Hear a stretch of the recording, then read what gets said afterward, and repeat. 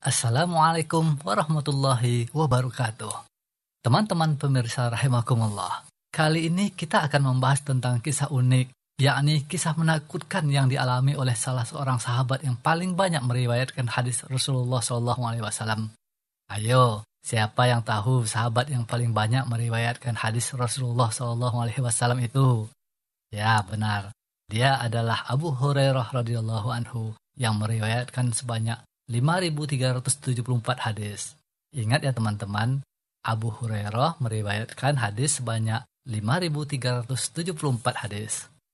Nah, kisah yang menakutkan yang dialami Abu Hurairah radhiyallahu anhu ini berhubungan dengan salah satu hadis yang justru beliau riwayatkan sendiri, di mana hadis ini membuat beliau merasa khawatir dan was-was setiap hari. Takut kalau hadis itu ternyata ditujukan Rasulullah SAW untuk dirinya. Masalahnya bukan apa-apa teman-teman. Masalahnya sewaktu hadis ini disampaikan, beliau radhiyallahu anhu sedang duduk-duduk dengan beberapa orang sahabat yang lain. Kemudian Rasulullah SAW datang dan mengatakan bahwa salah seorang di antara mereka adalah penduduk neraka. Wah, siapa yang gak kaget jumpalitan mendengarnya teman-teman? Coba aja bayangkan, kita lagi kumpul duduk-duduk dengan teman-teman, lalu dikhabari bahwa salah seorang di antara kita adalah penghuni neraka. Kalau yang menyampaikan itu si Abu Duda atau si Kribo atau si Desi Agar-Agar sih nggak masalah ya teman-teman. Bodoh amat karena mereka itu adalah pembenci Islam. Tapi ini yang menyampaikan Rasulullah SAW sendiri. Wajar saja Abu Hurairah radhiyallahu anhu kepikiran terus. Jangan-jangan orang yang dimaksud Rasulullah SAW itu adalah dirinya. Nah, kisah yang dialami sahabat yang mulia Abu Hurairah radhiyallahu anhu ini diabadikan oleh Ibnu Katsir di dalam kitabnya yang terkenal Al-Bidayah wa Nihayah, tepatnya di jilid ke-6 pada halaman 323. Nah teman-teman, bagaimanakah kisah selengkapnya yang menakutkan Abu Hurairah ini? Siapakah nama sahabat Rasulullah SAW yang dikhabarkan penghuni neraka itu? Dan apa penyebab ia masuk ke neraka? Padahal sahabat tersebut adalah seorang yang soleh dan ahlu ibadah, hafal Al-Quran, rajin sholat malam, dan sering berpuasa sunnah. Tapi merupakan penduduk neraka yang hidup dan berjalan di muka bumi ini. Langsung saja kita buka kitabnya dan kita baca ya teman-teman. Ini dia. Dari Abu Hurairah radhiyallahu anhu, bahwasanya Rasulullah SAW pada suatu hari mendatanginya. Dan saat itu ia sedang duduk-duduk bersama beberapa orang sahabat. Kemudian Rasulullah SAW bersabda, "Sesungguhnya di antara kalian ada seorang laki-laki yang giginya di dalam neraka lebih besar daripada gunung Uhud." Ini adalah kabar dari Rasulullah SAW bahwa salah seorang di antara mereka akan menjadi penghuni neraka.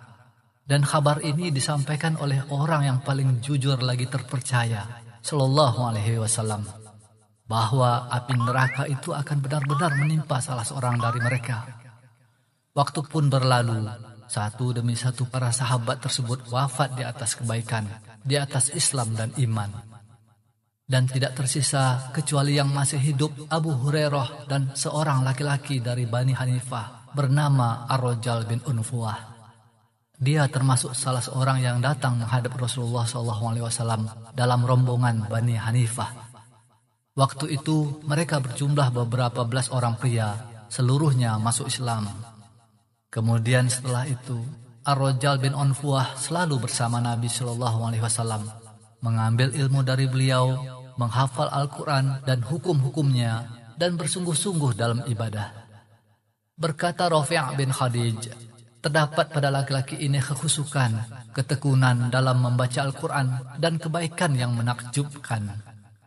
Dan berkata pula Ibnu Umar radhiyallahu anhu tentang dia, ia termasuk utusan terbaik yang kami miliki. Subhanallah, dia adalah seorang hafiz Al-Quran, rajin sholat malam dan kuat berpuasa. Berita dari Nabi SAW ini terus-menerus terngiang-ngiang di ingatan Abu Hurairah radhiyallahu anhu. Dan setiap kali ia melihat Ar-Rajal bin Unfuah dan ketekunannya dalam ibadah serta kezuhudannya, Abu Hurairah menyangka dirinya lah yang akan binasa dan dialah yang dimaksud dalam hadis Rasulullah SAW itu, dia pun merasa sangat khawatir dan takut. Ketika muncul Musailamah Al-Kadzab di negeri Yamamah dan mengaku sebagai seorang nabi, banyak penduduk Yamamah yang mengikutinya. Kemudian Abu Bakar Siddiq radhiyallahu anhu mengutus Ar-Rajjal bin Unfuah kepada penduduk Yamamah untuk mengajak mereka kembali kepada Allah dan mengokohkan mereka di atas Islam. Ketika si Ar-Rajjal ini sampai di Yamamah, Musailamah Al-Kadzab menemuinya, memuliakannya dan menawarkan kepadanya harta dan emas, dan juga menawarkan kepadanya setengah dari kerajaannya bila dia menjumpai manusia dan mengatakan kepada mereka bahwasanya dia telah mendengar Nabi Muhammad SAW mengatakan, sungguh Musailamah adalah sekutunya dalam kenabian. Maka ketika si Ar-Rajjal melihat kenikmatan yang ada pada Musailamah, sedangkan dia termasuk orang Arab yang miskin, akhirnya dia pun menjadi lemah dan melupakan keimanannya, puasanya, dan zuhudnya. Akhirnya dia pun keluar kepada orang-orang yang mengenalinya sebagai seorang sahabat Nabi SAW. Lalu dia bersaksi bahwasanya dia telah mendengar Rasulullah mengatakan, sesungguhnya dia telah mengangkat Musailamah bersamanya dalam kenabian. Maka fitnah yang ditimbulkan si Ar-Rajjal ini menjadi lebih besar dibandingkan fitnah Musailamah Al-Kadzab sendiri. Sehingga banyak orang yang tersesat dan murtad menjadi pengikut Musailamah hingga pasukannya mencapai lebih dari 40.000 pasukan.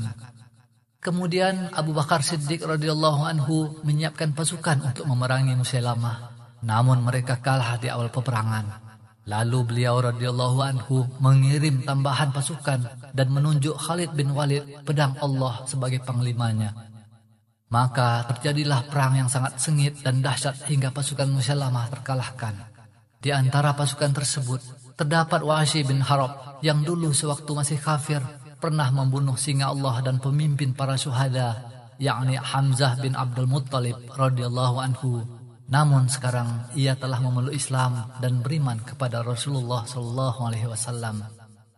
Dan di saat ia berada dalam barisan pasukan Khalid tersebut, ia lalu menguntit keberadaan Musailamah dan berhasil membunuh musuh Allah tersebut sebagai tebusan atas kesalahannya dulu karena dia pernah membunuh Hamzah, paman Nabi SAW. Dan pertempuran dimulai dengan ketidaktahuan orang Arab di mana hari itu adalah hari yang sangat menakutkan. Dan kaum muslimin pada awalnya sedikit bergetar dengan banyaknya jumlah musuh mereka dan banyaknya peralatan perang mereka. Jika bukan karena keteguhan para sahabat Rasulullah dan ahli Al-Quran yang menyerukan di antara manusia, mereka tidak akan bertahan.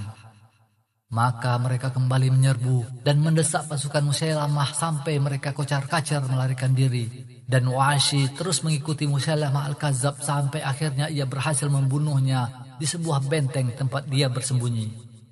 Bani Hanifah pun berhasil dikalahkan dan Ar-Rajjal bin Unfuah pun terbunuh bersama para pengikut Musailamah yang lain. Dia mati di atas kekufuran, tercela dan terhinakan. Ketika Abu Hurairah radhiyallahu anhu mengetahui kabar terbunuhnya Ar-Rajjal ini, dia tersungkur sujud bersyukur kepada Allah Ta'ala. Setelah akhirnya dia mengetahui bahwa dirinya lah yang selamat.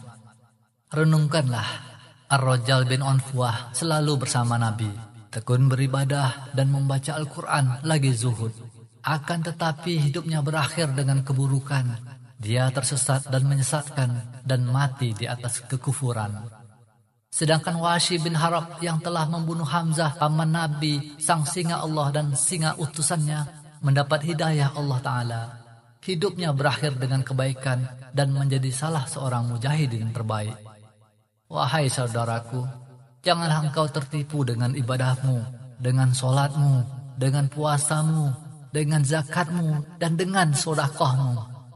Berdoalah kepada Allah agar Dia memberi keistiqomahan kepadamu dan mengakhiri kehidupanmu dengan kebaikan. Dan janganlah engkau mencemooh seorang pun dengan dosanya. Berdoalah agar Allah menyadarkannya untuk segera bertobat. Janganlah engkau mencibir saudara muslimmu karena dosanya, karena Allah bisa menyadarkannya, dan sebaliknya engkau yang justru ditimpa dosa.